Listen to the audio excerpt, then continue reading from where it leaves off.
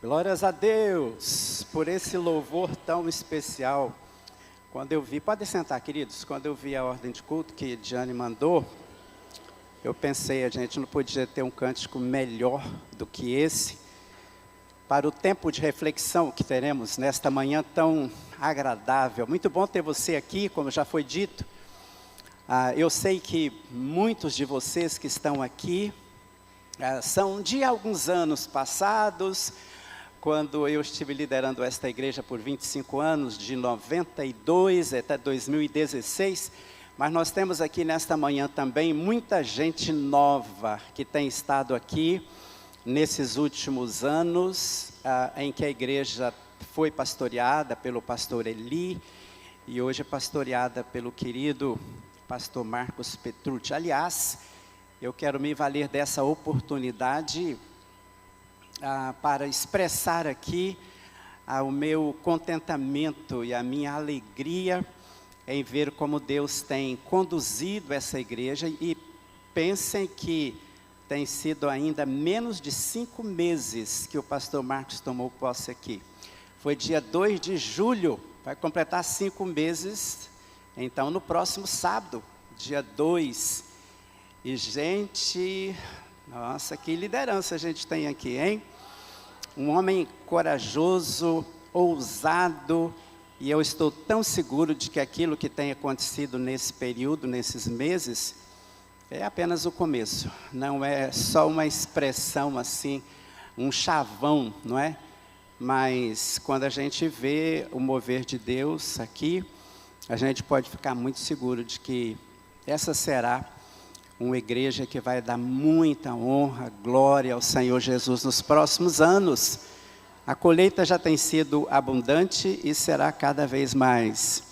Sabem que normalmente você mede a bênção sobre a vida de uma igreja no batistério, normalmente.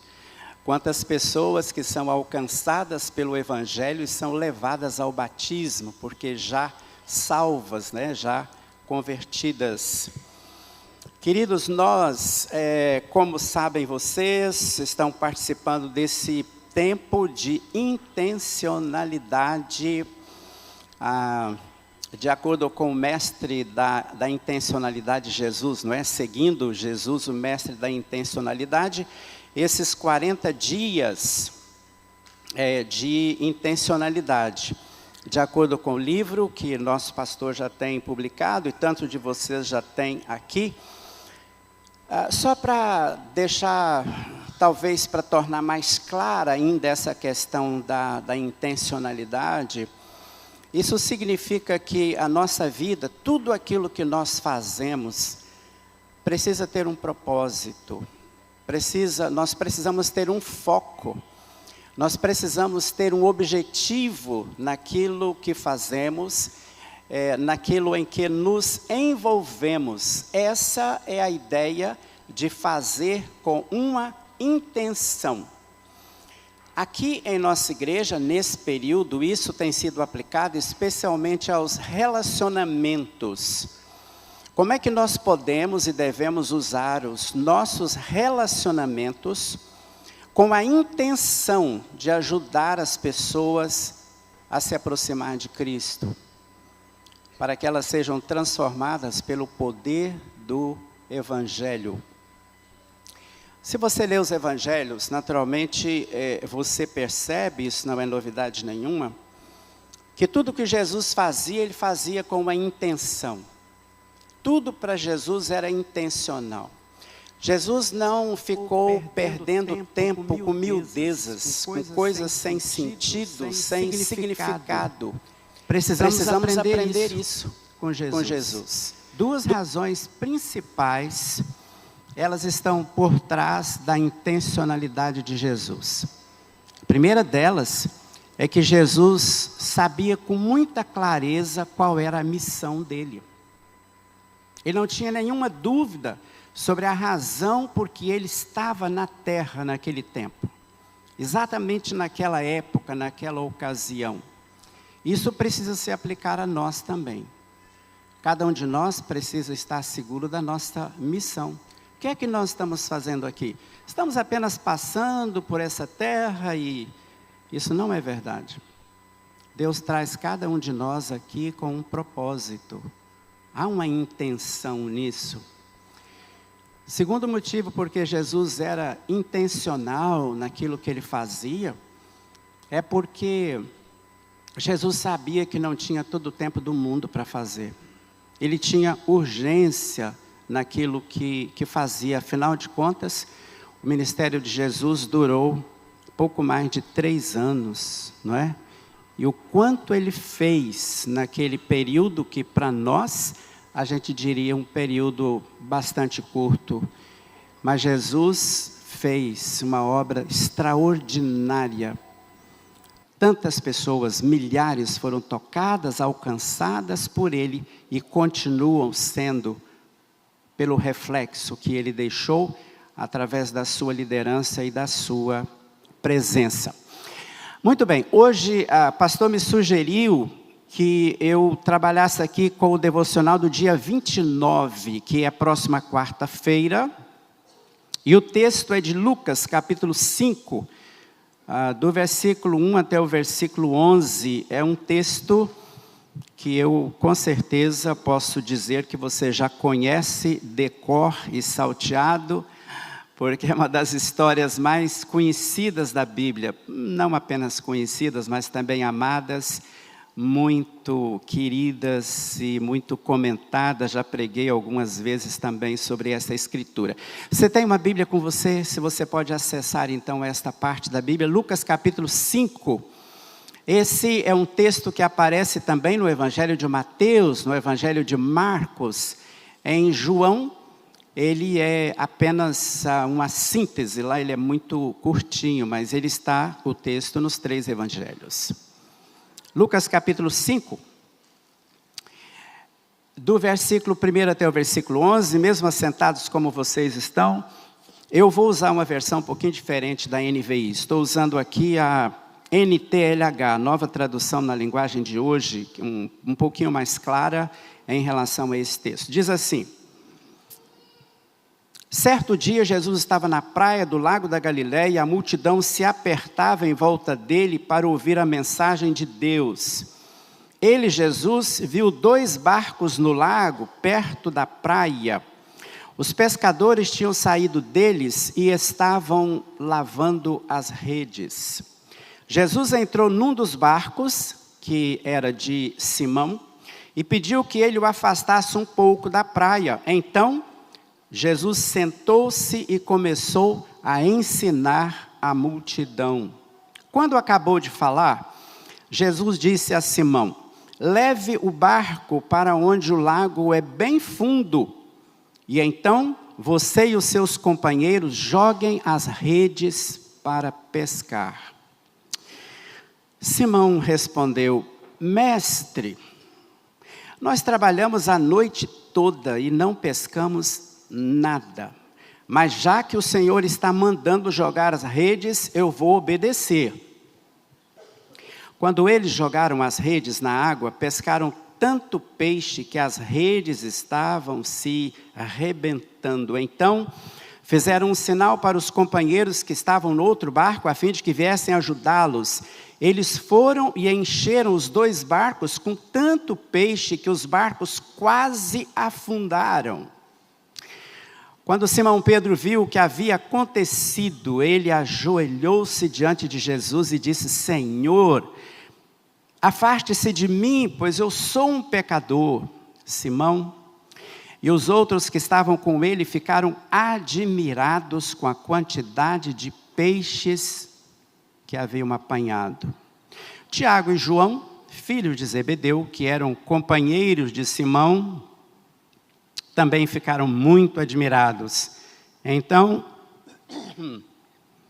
Jesus disse a Simão: não tenha medo, de agora em diante, você vai pescar gente. Eles arrastaram os barcos para a praia, deixaram tudo e seguiram Jesus. Feche seus olhos por um instante e diga para Deus agora: Senhor, dá-me entendimento dessa escritura. Peça ao Espírito Santo, que é o nosso ministrador da palavra de Deus. Diga: Espírito Santo, abra o meu coração, tira todo tipo de barreira, para que eu possa entender a Tua palavra e capacita-me também para colocá-la em prática na minha vida. Nós precisamos disso. Precisamos que essa palavra se torne viva no nosso coração e que ela ganhe pernas e braços ao longo desta semana, enquanto nós trabalhamos, nós nos relacionamos, nós estamos em casa, no trabalho, na rua, onde quer que estejamos, que esta palavra esteja em nós. Queridos, a escritura que está diante dos nossos olhos, no versículo 5, o Pedro, diante da palavra de Jesus para lançar a rede, ele vai dizer assim: mestre, é o que está escrito aí, nós trabalhamos a noite toda, a noite inteira, e não pescamos nada. Você já se sentiu fracassado de alguma forma? Quando você tentou alguma coisa, você tinha expectativas e nada deu certo. Não funcionou. Seus planos não funcionaram. Parece que é mais ou menos isso que o Pedro transmite com essa palavra dele para Jesus. Ele mostra-se uma pessoa, naquele momento, naquela circunstância, fracassado. Eu imagino que você já lidou em alguma área da sua vida, ou talvez algum de vocês esteja lidando nesse momento com um fracasso. Quando você olha para você mesmo, você diz: não, mas não é possível. Não é possível que isso esteja acontecendo comigo. Não é possível que isso esteja acontecendo com a minha família. E é um detalhe, no caso de Pedro aqui, que ele torna essa situação um pouco mais dramática. Porque quando nós fracassamos em alguma coisa que para nós é uma mera tentativa, apenas uma expectativa, nosso sentimento é um. Mas quando nós falhamos, ou quando nós fracassamos naquilo em que nós somos especialistas, nós tiramos aquilo de letra sempre.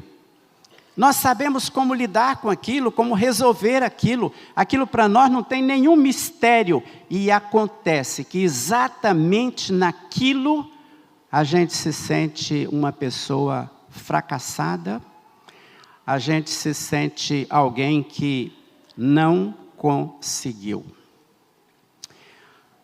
O fracasso, geralmente ele traz frustração, traz desânimo, ele nos faz sentir derrotados. O fracasso tem um potencial enorme de mexer com a nossa autoestima, de nos fazer sentir lá embaixo, como alguns dizem, no fundo do poço, ou no poço sem fundo para alguns. O fracasso, ele tira nossas perspectivas e também, muitas vezes, ele rouba as nossas energias necessárias para recomeçar, para tentar de novo, para ir adiante, apesar daquele insucesso. Com certeza todos nós já lidamos com alguma coisa que não deu certo, e nós tentamos e nada funcionou. O Pedro e seus amigos estavam vivendo um dia assim, um dia daqueles. E não é por acaso que Jesus chega ali, naquele momento. Jesus, o mestre intencional. Jesus aparece ali. E Jesus vem e está sendo seguido por uma multidão. E o texto diz que a multidão começa a apertá-lo. E Jesus então vê os 2 barcos estacionados e os pescadores estão limpando as redes, preparando para uma outra empreitada, certamente na noite seguinte, pensavam eles em voltar ao mar, e Jesus então entra no barco de Pedro, e dali ele profere a sua palavra para a multidão, e quando termina a sua palavra, ele dirige-se a Pedro, como a gente leu aqui, e manda que Pedro voltasse ao mar. Mas eles estavam cansados, estavam desanimados, se sentiam fracassados depois de toda aquela noite. Mas eles foram adiante. Porque quem estava ali era Jesus. E o resultado nós temos na sequência do texto aqui, o que aconteceu.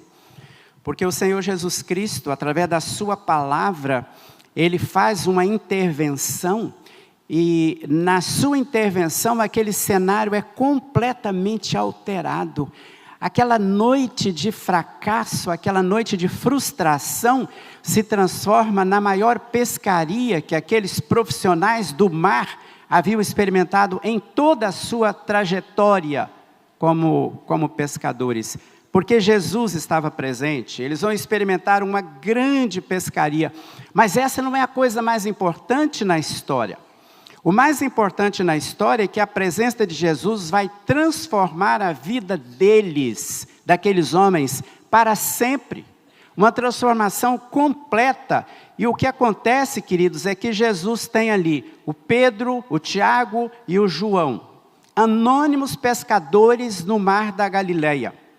Por causa daquele momento, por causa daquela experiência com Jesus, eles vão se tornar os apóstolos mais conhecidos até hoje, os três, pela transformação que Jesus fez naquela noite difícil que eles haviam atravessado, naquela frustração que eles estavam enfrentando. Eu imagino quantos de vocês aqui têm passado por uma experiência parecida com essa. Jesus encontrou você exatamente no momento de fracasso. Jesus encontrou você num momento difícil da sua vida e Jesus começou a fazer uma obra. E Jesus começou a trabalhar na sua vida, na vida da sua família. E Jesus começou a fazer algo novo. E hoje você olha para trás e você pode dizer, gente, como que aquela situação tão difícil pôde ser transformada numa bênção tão grande? Jesus continua fazendo isso hoje. Ele é o mesmo Jesus. Ele não mudou, absolutamente ele não mudou. Por isso, essa passagem da Escritura, ela nos traz exatamente essa ideia de que Jesus transforma fracassos em bênçãos. E aí, quando eu reflito sobre esse texto, a mim parece que há algumas verdades que elas saltam aqui, elas são bastante salientes, e eu vou comentar algumas delas com vocês. A primeira delas é que fracassos podem se tornar bênção quando nós obedecemos a palavra de Deus. Você diz assim, uau, pastor, que novidade. Sim, claro, não tem novidade nenhuma nisso. Mas o texto aqui é tão claro sobre isso, gente. Sabe por quê? Porque o Pedro tinha tudo para dizer para Jesus. Ô Jesus, alto lá, né Jesus? O que é isso? Você vem querer ensinar pescador a pescar? A palavra de Jesus foi muito clara naquele momento, crucial, muito claro. Jesus termina de ministrar a multidão. E Jesus entra no barco, e Jesus já está no barco, ministra a multidão do barco, mas quando termina de ministrar, ele fala para o Pedro assim, jogue a rede. Jesus diz assim, vá para onde a água é mais profunda e lance a rede. Isso está no versículo de número 4. Joguem as redes para pescar. E aí você não vê o Pedro questionando Jesus. Ele tinha todas as razões para fazer isso, o cansaço, a frustração daquela noite. O que Jesus manda Pedro fazer, que parecia alguma coisa completamente sem sentido. Não era comum pescar durante o dia. As correntes marinhas geralmente traziam os cardumes, era à noite. Por alguma razão, na noite anterior isso não aconteceu. Mas agora Jesus dá a Pedro essa ordem. Parecia algo desprovido de qualquer razão, qualquer sentido. O Pedro argumenta dizendo, mas nós tentamos a noite toda. Talvez ele queria dizer, isso não é hora, Jesus. Isso não é hora. Se Pedro fosse um tanto mal educado, talvez ele dissesse assim, Jesus, vai para a carpintaria, vai.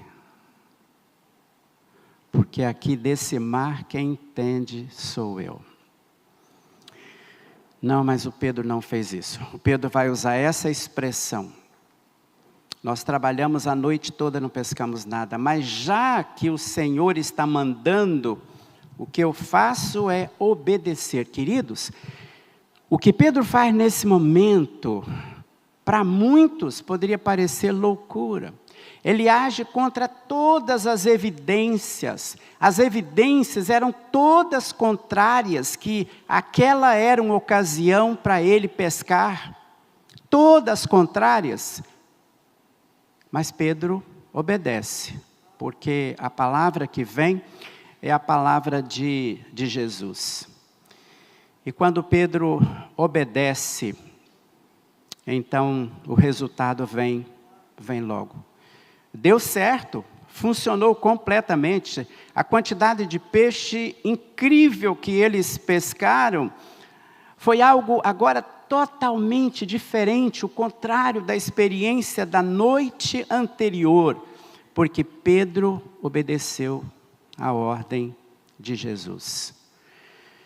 Eu gosto da frase que diz assim, obediência atrai bênção. A nossa obediência atrai bênção. Você conhece, de acordo com João capítulo 11, a história daquela família que morava em Betânia? Quando Jesus chegou na casa de Marta e Maria, e Jesus encontrou as duas chorando, e também as pessoas relacionadas àquela família. Aquele era um ambiente de sentimento de fracasso, de frustração. Porque logo a Marta vai dizer para Jesus, se o Senhor estivesse aqui, o meu irmão não teria morrido. Frustração. Alguém que se sente completamente derrotado, passou a oportunidade. Lembrando que Marta, que as irmãs mandaram avisar Jesus que o Lázaro, amigo dele, estava doente. E Jesus não foi, Jesus demorou. Quando Jesus chegou, já por 4 dias, Lázaro estava sepultado. Para Maria, para Marta e para aquele povo que estava ali, nenhuma esperança, e isso tudo já tinha acabado, não havia mais possibilidades. E aí Jesus disse para Marta, tira a pedra. Tira a pedra. Senhor, o senhor está falando sério? Tem 4 dias. 2 coisas básicas em relação a isso. Primeira, 4 dias, evidentemente, o corpo já estava em decomposição. Segunda coisa, havia uma crença entre os judeus, preste bem atenção, uma crença de que quando uma pessoa morria, a alma da pessoa ficava por ali até o 4º dia. No 4º dia ela caía fora. Então não tem mais esperança. Já tem 4 dias. O que Jesus falou para Marta, gente? Se você crer, você vai ver a glória de Deus. E a pedra foi removida. E Jesus disse para Lázaro, sai. E ele saiu. Jesus desamarra ele, porque ele precisa se movimentar. Eu não sei como é que tem sido a sua vida quanto a esse quesito de obediência a Deus. Havia um diácono que trabalhava numa empresa, por muitos anos. Tinha muitos amigos, ele era uma pessoa muito dedicada. E ele sempre estava compartilhando o evangelho com seus colegas de trabalho. E um dia um amigo dele virou-se para ele, que era ateu, não cria em Deus. O amigo dele virou para ele e falou assim: eu não vejo diferença entre eu e você. Nós somos praticamente iguais, embora eu seja ateu e você é um cristão tão fervoroso. Você tem dificuldades na família? Eu também tenho. Você passa aperto financeiro? Eu também tenho. Eu tenho que ralar aqui para ganhar o meu salário? Você também tem. Falou sobre várias semelhanças. Então, me diga uma coisa, qual a diferença entre eu, ateu, e você, cristão? O diácono falou assim, presta atenção. Se hoje à noite Deus aparecer para você e falar assim: junta as suas coisas, atravessa o país, você vai para aquela cidade lá em tal lugar assim, assim. Você iria? O homem falou: claro que não, eu nem acredito que Deus exista. O diácono disse: achou a diferença? Se Deus falar para mim, eu vou. Você tem sido um cristão obediente a Deus?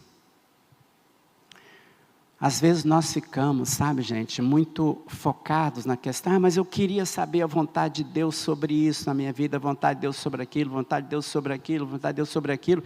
E Deus já está mostrando para você a vontade dEle em relação a muitos aspectos da sua vida, e você não está fazendo a vontade dEle em relação àqueles aspectos que você já conhece. Por que que Deus vai mostrar a vontade dEle em outras áreas da sua vida? Simplesmente para você guardar aqui na sua cabeça, no intelecto, e não fazer, não obedecer?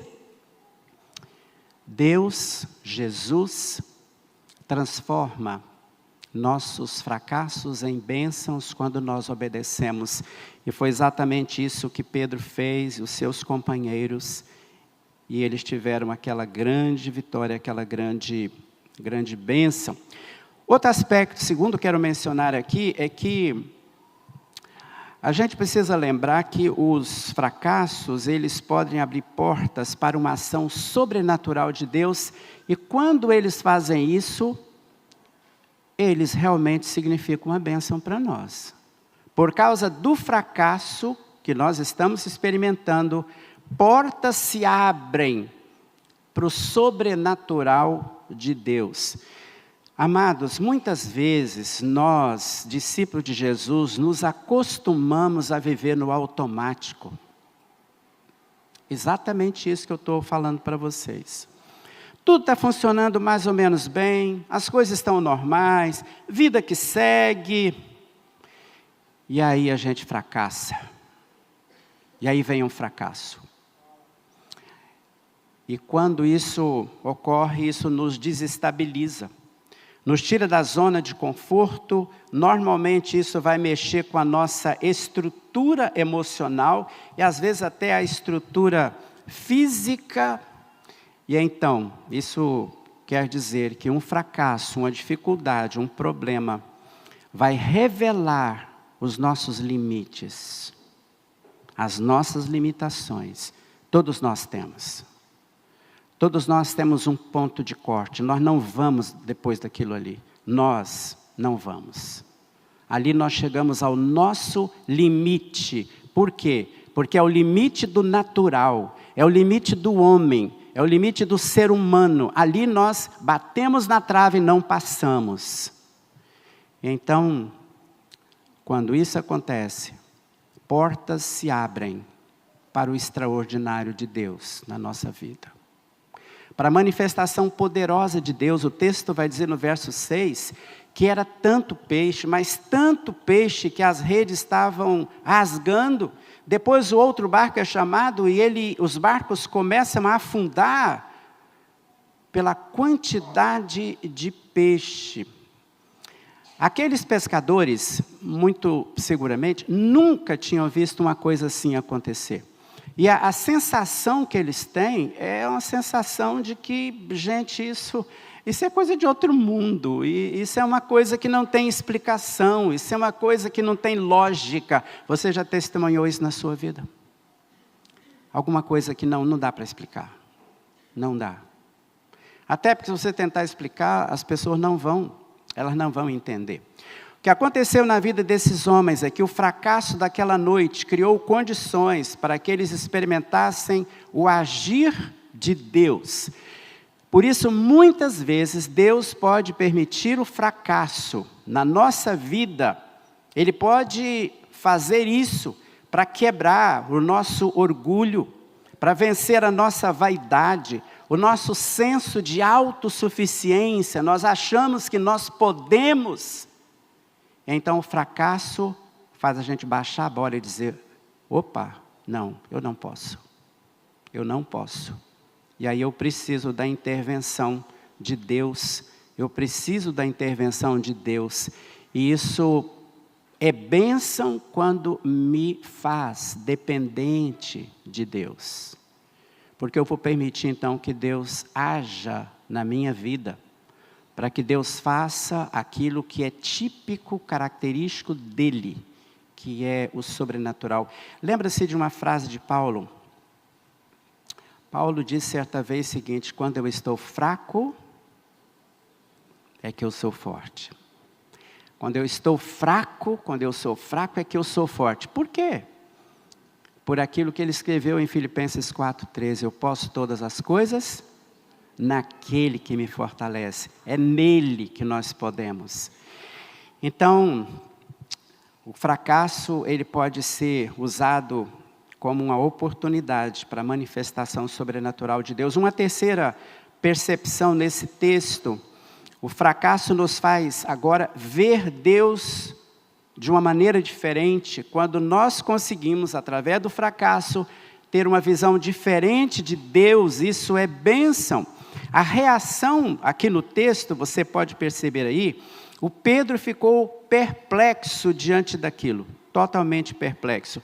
Ele ficou, na verdade a ideia, ele ficou paralisado, espantado, maravilhado. A reação de Pedro, no versículo 8 aqui, ele cai de joelhos. E a primeira palavra que ele pronuncia é dizer, afaste-se de mim, porque eu sou pecador. Ele estabeleceu ali algo extremamente importante, a distância que havia entre ele, ser humano, e Jesus. Essa foi a percepção que ele teve. A gente não sabe qual era o relacionamento que estes homens tinham com Jesus antes desse incidente. Realmente a gente não tem como saber exatamente. Mas eles já conheciam Jesus de alguma forma. Porque Jesus teve a liberdade de falar, ô Pedro, posso usar o seu barco aqui para eu falar para a multidão? Não foi isso? Ele não usou o barco de Pedro aqui emprestado? Usou. Então, eles já conheciam Jesus de alguma forma, de alguma maneira. Eles já conheciam Jesus de alguma forma. Agora, se você percebe um detalhe nesse texto, eu acho que ele é um detalhe importante para nós. A mudança que acontece na palavra de Pedro se dirigindo a Jesus. Quando Pedro vai justificar o ter trabalhado a noite toda, no versículo 5, ele usa a palavra mestre. Trabalhamos a noite inteira, não conseguimos nada. O mestre era o rabi, era o mestre da lei judaica, aquele que conhecia a lei judaica, ensinava a lei judaica. A ênfase no mestre é a ênfase cognitiva, é a ênfase do conhecimento, é a palavra que ele usa aqui para justificar a sua dificuldade em voltar a pescar. Depois do que acontece, aí a gente já está lá no versículo 8, quando ele vai dizer, afaste-se de mim, ele não diz mestre. Ele fala Senhor. Sabe o que é Senhor? É o Kyrios, é uma palavra na língua do Novo Testamento, que fala, é o Senhor absoluto.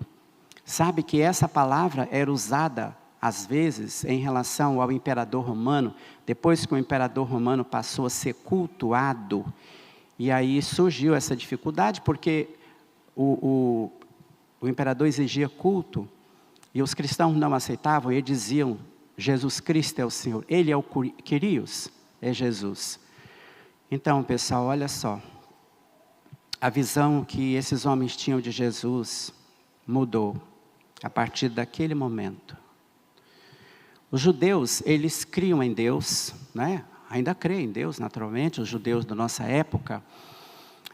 Só que a teologia judaica, ela tinha a seguinte percepção: Deus é grande, poderoso, é o Criador, sustentador de todas as coisas, mas Ele é inacessível. Ele está lá em cima, cuidando do mundo inteiro, e Ele não tem nada a ver com a minha vidinha aqui, minha vida da segunda, da terça, meus probleminhas, não tem nada a ver com isso. Essa era a compreensão que esses homens tinham, seguramente, até agora. Porque eles eram judeus, porque eles aprenderam isso desde a infância, muito provavelmente. Esse era um conhecimento superficial, incompleto e formal a respeito de Deus. Mas agora é diferente. Agora esse Deus está ali, em carne e osso, na frente de Pedro. E Pedro diz: gente, que loucura, que doideira, que coisa é essa? Isso não existe. É Deus que está ali. Houve uma mudança completa. Isso fala para nós uma coisa, sabe, gente? Há tantas pessoas no mundo evangélico que conhecem a Jesus como Pedro, Tiago e João conheciam antes. Jesus do intelecto, Jesus da formalidade, Jesus da religião, mas não conhecem o Jesus que Pedro conheceu naquela hora. É o Deus que está ali, é Ele, mas Ele está perto. É Ele, foi Ele que fez isso, é Ele que fez esse milagre, Ele que realizou essa coisa extraordinária, é Ele, Jesus. Houve essa mudança. Então, aquela noite de fracasso permitiu que houvesse uma guinada de 180 graus na experiência religiosa daqueles homens, uma transformação completa, uma experiência real. Os fracassos, as dificuldades, as lutas podem nos levar a ver Deus de uma maneira como nunca antes a gente havia visto. Conhece um exemplo de Jó? Jó era o homem mais íntegro de todo o Oriente. Um homem a respeito de quem Deus fala: não vejo falha em Jó. Ele é totalmente íntegro, totalmente íntegro. E Jó passa por toda aquela dificuldade, vocês conhecem a história, é muita batalha, é muita luta, e ele perde a família, e ele perde os bens, e ele perde a saúde, e daí por diante. E no final da história, como é que Jó resume aquela história dele? Capítulo 42, 5. Antes eu te conhecia por ouvir falar, mas agora te veem os meus olhos. Te veem os meus olhos. O Pedro, Tiago e João viveram essa experiência aqui. O conhecimento deles foi transformado e, por fim, fracassos se tornam bênçãos quando resulta num compromisso. Isso aqui é muito importante. A reação de medo deles, que eles mostraram aqui, Jesus responde no versículo 10, dizendo: não tenham medo. Não tenham medo. De agora em diante, Jesus está falando para Simão, de agora em diante você vai ser um pescador de homens.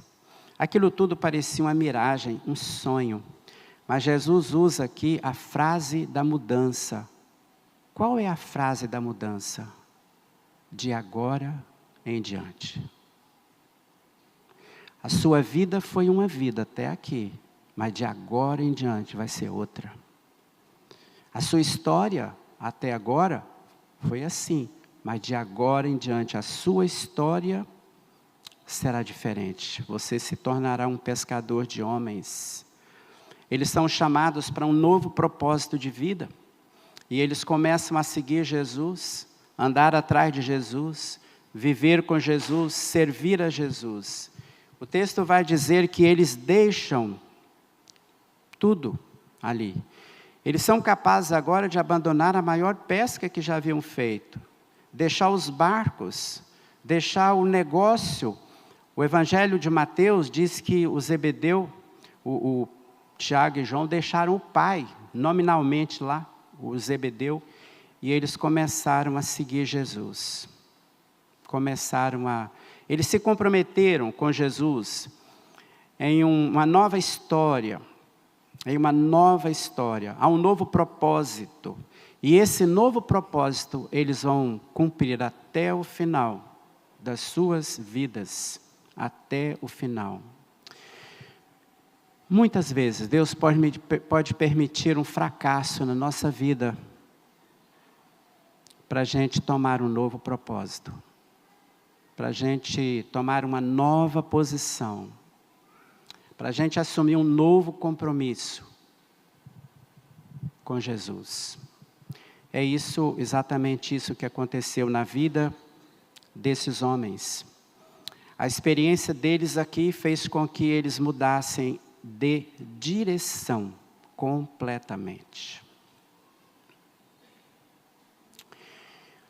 Será que você que está aqui nesta manhã, ou talvez você que está acompanhando a gente pela internet, está enfrentando um fracasso atualmente? Talvez na sua profissão, na sua atividade, no seu negócio, em algum relacionamento, na sua família, em relação à sua saúde, não sei. Mas a experiência desses homens no Mar da Galileia naquela noite é muito ilustrativa para nós. E ela diz, eu creio que esse texto ficou preservado na Escritura para nos ensinar isso. Jesus transforma fracasso em bênção. Ele é poderoso para fazer isso. Ele é capaz de fazer isso. Por isso eu queria encorajar você que está aqui, enquanto a gente vai ouvir uma música, um fundo musical, eu queria orar pela sua vida, no final desse culto. Você está lidando com fracasso nesse momento? Não precisa ter acanhamento. Todos nós, em algum momento, já lidamos. Em algum momento. O que eu desafio você a fazer nesta manhã é entregar o seu fracasso para Jesus. E dizer, Jesus, transforma esse fracasso em bênção. Como o Senhor fez naquele dia lá junto do Mar da Galileia, na vida de Pedro, Tiago e João. Então, quero pedir que você, num gesto de fé, deixe seu lugar, vem aqui à frente. Eu quero orar por você agora. Se você reconhece que está passando por uma fase assim, tentativas frustradas, você tem acumulado talvez, tentando encontrar respostas por você mesmo, tentando encontrar justificativas, por que que isso está acontecendo? Por quê? O que é que eu fiz de errado? Eu estou certo de que naquela noite que os discípulos não conseguiram sucesso na pescaria, não é que eles fizeram nada de errado. Não. Eles estavam fazendo aquilo que eles sabiam fazer. Aquilo que eles poderiam fazer. Mas é o que eles poderiam fazer. Então muitas vezes acontece isso com a gente. Nós estamos fazendo, às vezes, tudo dentro do script. E no que pese estar fazendo tudo dentro do script, a gente fracassa. As nossas tentativas se tornam inúteis, vazias. Mas o Jesus que estava no Mar da Galileia naquele dia, está aqui hoje. Louvado seja Deus, Ele está. Porque Ele disse, eu estarei com vocês todos os dias, até a consumação dos séculos. Eu estarei com vocês, e a expressão é muito forte. Eu mesmo estarei com vocês. De que maneira Jesus vai transformar o fracasso que você entrega a Ele em bênção na sua vida, eu não sei. Mas eu sei que Ele faz. Eu sei que Ele faz. Ele é poderoso, capaz de fazer. Ah, Jesus. Nesta manhã os nossos olhos são postos em Ti. Tu és o Senhor de toda a terra, de todo o universo. Tu és Deus eternamente. Tu és o Filho amado, querido de Deus. Aquele que recebeu do Pai toda a autoridade, todo o governo. Oh, Jesus. Não existe poder maior do que o do Senhor. Não. Obrigado porque a experiência de Pedro, Tiago e João, naquele dia ali no mar da Galileia, foi apenas uma das milhares e milhares e milhares que tem acontecido ao longo do tempo. E o Senhor tem feito a mesma coisa. O Senhor tem transformado fracassos em bênçãos. O Senhor tem transformado circunstâncias. E o Senhor tem trazido uma nova percepção a respeito do Senhor. E o Senhor tem gerado um novo compromisso na vida de tantas pessoas a partir de um desconforto, a partir de uma dificuldade, de um problema, de uma batalha, de uma luta. E agora, Senhor Jesus, eu quero pedir, olha para cada uma dessas pessoas aqui. Oh Jesus, olha Jesus, olha Jesus, pelo poder que há no sangue derramado naquela cruz. Porque nós não temos méritos diante de Deus o Pai, mas o Senhor tem. O Senhor tem. Então olha para o coração de cada pessoa. Traz agora, Jesus, a ministração da Tua graça. Começa a trazer paz onde há inquietação. Começa a trazer respostas onde só existem indagações e dúvidas. Começa a fazer aquilo que é sobrenatural, aquilo que escapa ao limite de cada uma dessas pessoas. E elas já não dão conta. E elas já não conseguem visualizar uma mudança. Ah, Jesus, nossa esperança está em Ti. A nossa confiança está em Ti. Transforma, Senhor Jesus Cristo, todo fracasso que agora é trazido aqui, colocado diante do Senhor em bênção na vida dessas pessoas.